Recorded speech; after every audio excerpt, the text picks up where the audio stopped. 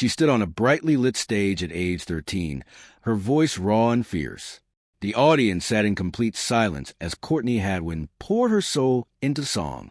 Nobody expected a tiny girl from County Durham, England, to walk into a sold-out theater in America and shake it to its foundation within seconds. Yet, that is exactly what she did. This is the story of her astonishing rise, the moment that changed her life forever, the tragedy that followed her dream, and the unbreakable spirit that carried her through the darkest period of her young life. Courtney Hadwin was born on May 6, 2004, in Heselden, a small village in County Durham, England. Her parents, Marie and Paul Hadwin, were hard-working people who always found time to nurture their daughter's love for music. From a very early age, Courtney was drawn to soul music. Her mother played records from established artists around the house, and little Courtney absorbed every note. By the time she was 3 years old, she was dancing with her hands in the air whenever music played, filling her home with joy and laughter. At age 8, her school introduced singing lessons, and her music teacher immediately noticed something special, an angelic tone and a depth of voice that went far beyond her years. The teacher encouraged her to join the school choir, and weekly rehearsals in the school hall helped her grow more confident with every song she sang. Her classmates nicknamed her a rocker girl after watching her sing and dance at the same time during school assembly. She never shied away from performing, and she never missed a music lesson. Before school each morning, Courtney practiced vocal scales in front of her bedroom mirror. She paid close attention to her breathing, so her voice could reach the highest notes. She even wrote song lyrics at that young age, pouring her feelings onto the page the way other children poured paint onto canvas. By the time she was 10, she had formed a small group of neighborhood children called Durham Soul. Their parents chipped in to buy guitars and drums, and small crowds gathered on weekends to watch them perform and sing along. The local community began to take notice. A reporter from a local newspaper wrote a short feature with the headline, "A Young Girl Brings Soul to County Durham." That article made her parents proud and gave Courtney the first real sign that her voice mattered to the world beyond her front door. She also trained at Shotton Hall Theater School, where her mother drove her every weekend. There, a dedicated music teacher worked with her on phrasing control and how to shape her voice to match the emotion of each song. Her first real public stage was at a small festival in Durham City, in front of thousands of people. She felt nervous under those lights at first, but she found her focus, and when she finished her final song, the crowd erupted in applause. Even those who had never heard her name before felt moved by what they heard. By age 12, her dreams had grown bigger than her hometown. She saved her pocket money, hoping to help her parents cover the cost of a plane ticket to somewhere larger. She wrote her goals late at night, mapping out a future she could not yet fully picture. Her mother always told her to work hard, stay humble, and remember why she loved to sing. Those words became her compass. In the summer of 2018, 13-year-old Courtney Hadwin stepped off a plane in Omaha, Nebraska, carrying a small suitcase, a leather jacket, and an iron determination. She had never been to the United States before. Her mind was fixed on one goal: earning a place on America's Got Talent. On the morning of her audition, she arrived at the CenturyLink Center feeling equal parts excited and nervous. Backstage, hopeful singers and dancers practiced in small groups while staff called names at random. Courtney held her fedora hat in one hand and gripped her audition form in the other. She took a deep breath and followed the producers through a narrow hallway onto the stage. The judges, Simon Cowell, Heidi Klum, Howie Mandel, and Mel B, sat beneath bright lights, watching in silence.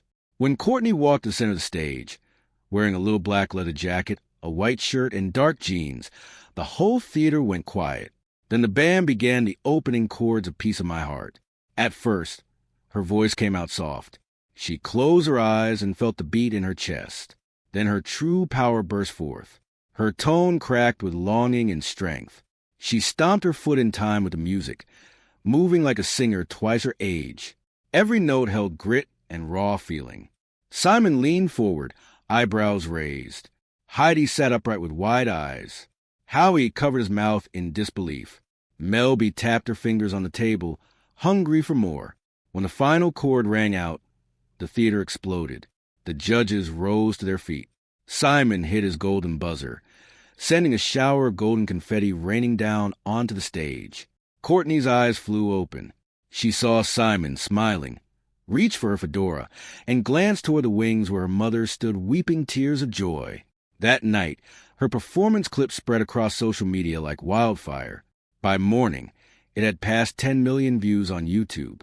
News outlets from the New York Times to the BBC called her the voice of a teen Janis Joplin. Newspapers in her hometown of Heselden ran front-page features about how this young girl from County Durham had taken America by storm. Producers invited her back for a private follow-up audition, where she performed an original song written by her vocal coach, Laura, titled Heart and Soul. Simon told her plainly, "You are not just copying anyone, you are yourself." Those words proved critical. The judges confirmed she would advance directly to the live shows. By the time the live shows began, Courtney Hadwin was no longer just a contestant. She was a headline. Fans tagged friends and family in videos of her performance. News sites ran stories calling her a teen rock star from England. Talk shows came calling. She appeared on the Ellen DeGeneres Show, where Ellen gave her a warm hug, and the two laughed together on stage. She performed on The Tonight Show starring Jimmy Fallon, where Jimmy surprised her with a live drumbeat as she sang a blues classic. Questlove praised her passion and voice control. Courtney laughed and said she would consider forming a band with them once she finished her schoolwork. For the live show rounds, she chose to sing Maybe by Janis Joplin. Standing on a stage framed by glowing arches and deep red lighting, the crowd rose to its feet midway through the song. Confetti cannons burst when she finished, covering her in shimmering streamers as the cheers echoed through the arena. Record labels sent offers for studio time. Merchandise companies came knocking. But Courtney stayed grounded, remembering her mother's words. Sing to share joy, not for fame. After each interview, she called home. She kept a journal, writing short entries such as, "Today, I sang for millions.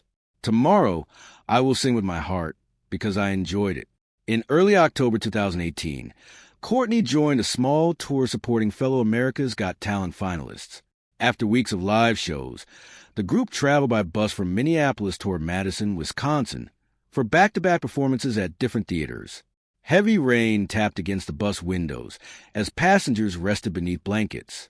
Instruments sat secured in padded cases in the overhead racks. As the bus neared a curve on Interstate 94 around midnight, disaster struck without warning. Rain had poured for hours, pooling along the road shoulder. A gust of wind pushed the vehicle toward the guardrail. The driver braked hard but could not regain full control.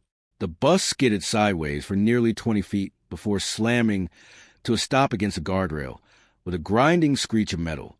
Silence followed, broken only by muffled cries and the hiss of rain. Courtney rubbed her forehead where it had struck the luggage rack above her. She unfastened her seatbelt and stood slowly. Her right knee throbbed sharply, and a trickle of blood ran down her temple. Around her, fellow musicians stirred, shaken but conscious. The keyboardist held his wrist in pain. The tour manager pressed a hand to a bruised shoulder. Passing motorists stopped and called emergency services. Within minutes, 2 ambulances, a fire truck, and a highway patrol cruiser pulled up behind the stricken bus. Paramedics moved through the vehicle calmly, assessing each passenger one by one.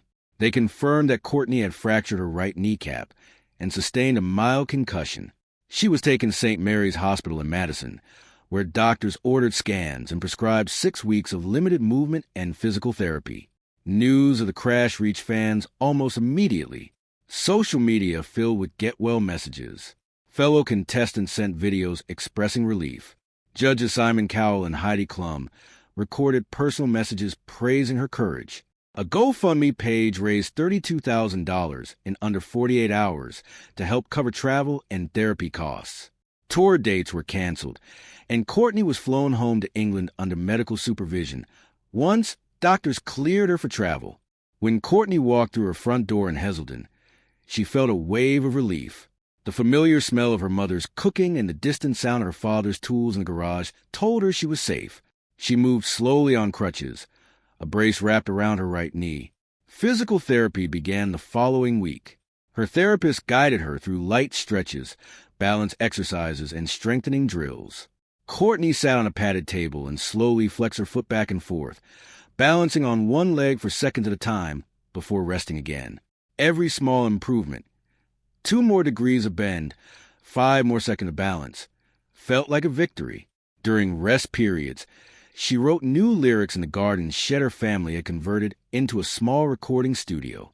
She wrote about facing fear, finding strength, and the healing power of music. She compared the pattern of raindrops on a window to the rhythm of a song waiting to be heard. She hummed softly, careful not to strain her voice, and recorded gentle covers of songs by Aretha Franklin and Etta James. Neighbors brought food.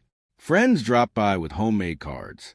One evening, a group of local singers gathered outside her window and performed a spontaneous concert on the driveway, their voices rising under a street lamp while Courtney watched on the porch, tears streaming down her face. By late November, doctors cleared her for light singing tests. She stood in the garden shed without crutches the first time, took a deep breath, and sang a few scales. Her voice was strong and clear. She uploaded a short video to her channel, and fans immediately flooded the comments with praise, noting a new depth and richness in her tone. In early December, she performed at a charity benefit in Newcastle City Hall, raising funds for young musicians facing injuries. She opened with a soft ballad of her own writing, each verse building in strength until she lifted her voice in a soaring finish. The crowd rose to their feet. As she walked off stage that night, she knew the journey was far from over, but she was ready. In early 2019, Courtney rejoined America's Got Talent for a benefit tour called Stars for Hope, supporting young performers facing hardship. She took the stage at Chicago's Rosemont Theater and opened with Piece of My Heart. The audience rose before she even reached the first chorus. She later performed at London's Jazz Cafe as part of a concert called Girls of Soul, a celebration of groundbreaking female voices. She brought the house down with a stirring rendition of Try a Little Tenderness, hitting the closing high note as soft blue light bathed the stage and the crowd gave a standing ovation. In spring 2019, Courtney recorded an extended play at a studio in Newcastle. She co-wrote 2 original songs, one about overcoming fear, the other about gratitude, and also recorded covers of Aretha Franklin's Respect and Etta James's At Last.